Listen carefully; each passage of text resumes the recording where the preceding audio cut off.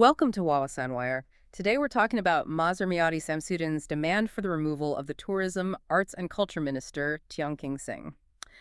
This isn't just some minor disagreement, is it? It feels like a major political storm centered around one event, the recent Global Tourism Exchange Dinner. Oh, absolutely. It's escalated very quickly. We're looking at a situation where a prominent figure from the national coalition, Mazhar Miyati Samsudin, isn't just asking questions. She's calling directly on Prime Minister Anwar Ibrahim to, well, immediately replace Tiong King Sing. Immediately replace him. And she's also demanding a full public apology from the minister to all Malaysians. That's incredibly strong language. It is. Requesting immediate replacement, that's playing hardball. It shows the opposition sees this as a serious breach, possibly hitting at the core principles the current government claims to uphold. Okay, so let's get to the heart of it. What exactly happened at this dinner that triggered such a fierce reaction? The core accusation seems to be about alcohol. That's right. Alcohol was apparently supplied, maybe served, at this dinner. And Mazhar Miyati's argument is that this action has severely damaged Malaysia's image. Damaged the image specifically as an Islamic country, and she used the phrase tarnished national dignity. Exactly. And politically, that's a powerful line of attack. It's not just about event management. It's framed as an ideological failure. They're essentially saying, look, this government talks about Malaysia Madani, but this incident shows they aren't living up to it. Right, the Malaysia Madani concept, that's Prime Minister Anwar Ibrahim's big framework, isn't it? Focused on things like sustainability, respect, and importantly here, courtesy and morality. Precisely. So by highlighting the alcohol issue at an event linked to the ministry, the opposition is directly questioning the morality aspect of Madani. They're painting Tiong King Sing and maybe the whole administration by extension as negligent, even hypocritical when it comes to these values. So Mazhar Miyati is framing this whole thing as, well, as a fundamental failure of leadership. She's saying it shows negligence and a deep failure to grasp the sensitivities in Malaysia's multi-religious society. It connects a specific incident, the dinner protocol, directly to a broader judgment on his leadership capability. The argument is pretty blunt. If you can't handle basic sensitivity around the national image, how can you lead this important ministry? And that leads straight to the demand for resignation. She's saying he needs to take moral responsibility. Yes, that's the language used. Moral responsibility as the head of the ministry. In her view, a public apology and stepping down are the only acceptable outcomes. It's framed as a non-negotiable failure. Okay, but there's often a counter-argument in these situations, right? The idea that maybe it wasn't strictly a government event. Was that raised? It seems Mazhar Miyati anticipated that defense and basically rejected it up front.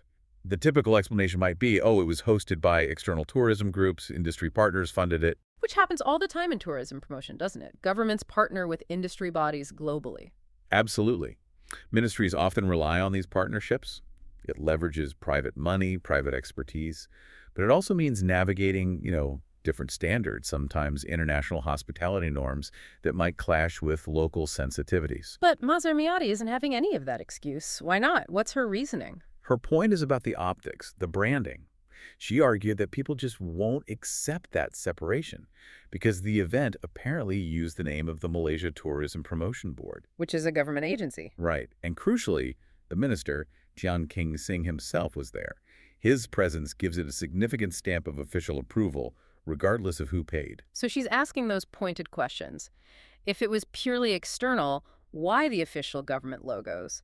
Why the ministry's name involved? Exactly. And if it was external, why was alcohol served so openly at an event carrying the official tourism body's banner? It blurs the lines completely. Even if industry paid, the association makes it look official. Okay, but let's try to see the other side for a moment. Tiong King Sing's job is to boost tourism, right? Bring in international visitors, attract investment, ring it. That's his core mandate, yes. Billions in revenue depend on it. So isn't there a tension there between maintaining strict domestic protocols and, well, meeting the expectations of international partners in a global exchange setting? That's the really difficult balancing act. And maybe the opposition's immediate jump to demanding removal. Well, it seems quite aggressive. Is it a failure of protocol vetting?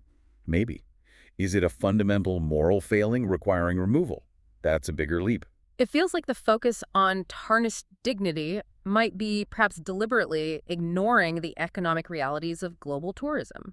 High-spending international tourists or business partners often expect certain amenities, certain standards. And that's the dilemma for the ministry, isn't it?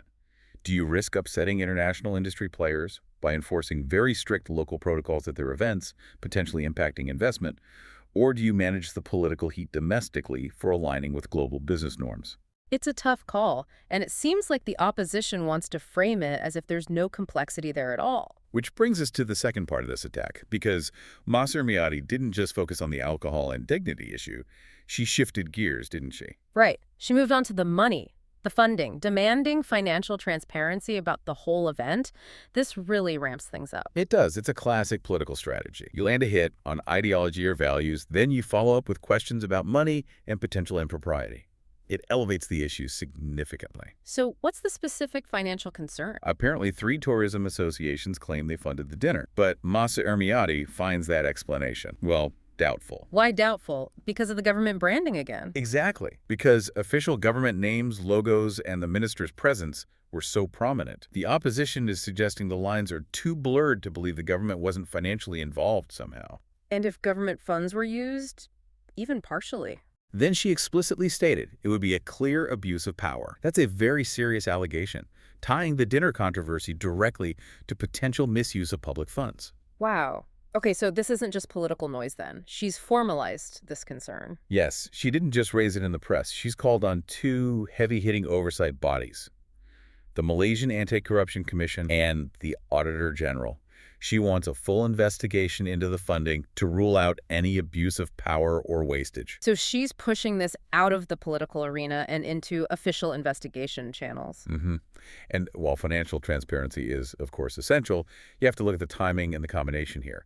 You've got the religious sensitivity charge, which is already a hot topic. It feels like a very coordinated, two-pronged assault. It certainly looks that way. It dramatically escalates the situation from maybe poor judgment concerning the dinner's details to potential corruption. Which makes you wonder as you watch this unfold.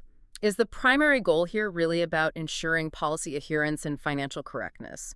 Or is this strategy designed to destabilize the ministry, maybe Tiong King Sing personally, regardless of what any investigation finds? That's the question, isn't it? Right. It's crucial to be cautious.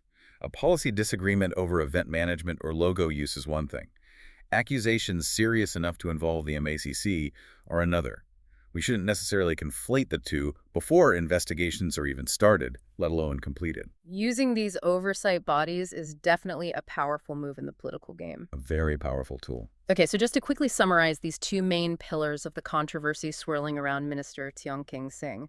First, the serving of alcohol at this tourism dinner, which the opposition, led by Maser Miati, is framing as a major blow to national dignity. And second, these serious questions about the event's funding, the use of official logos, and the explicit call for investigations by the Malaysian Anti-Corruption Commission and the Auditor General over potential abuse of power. That sums it up well.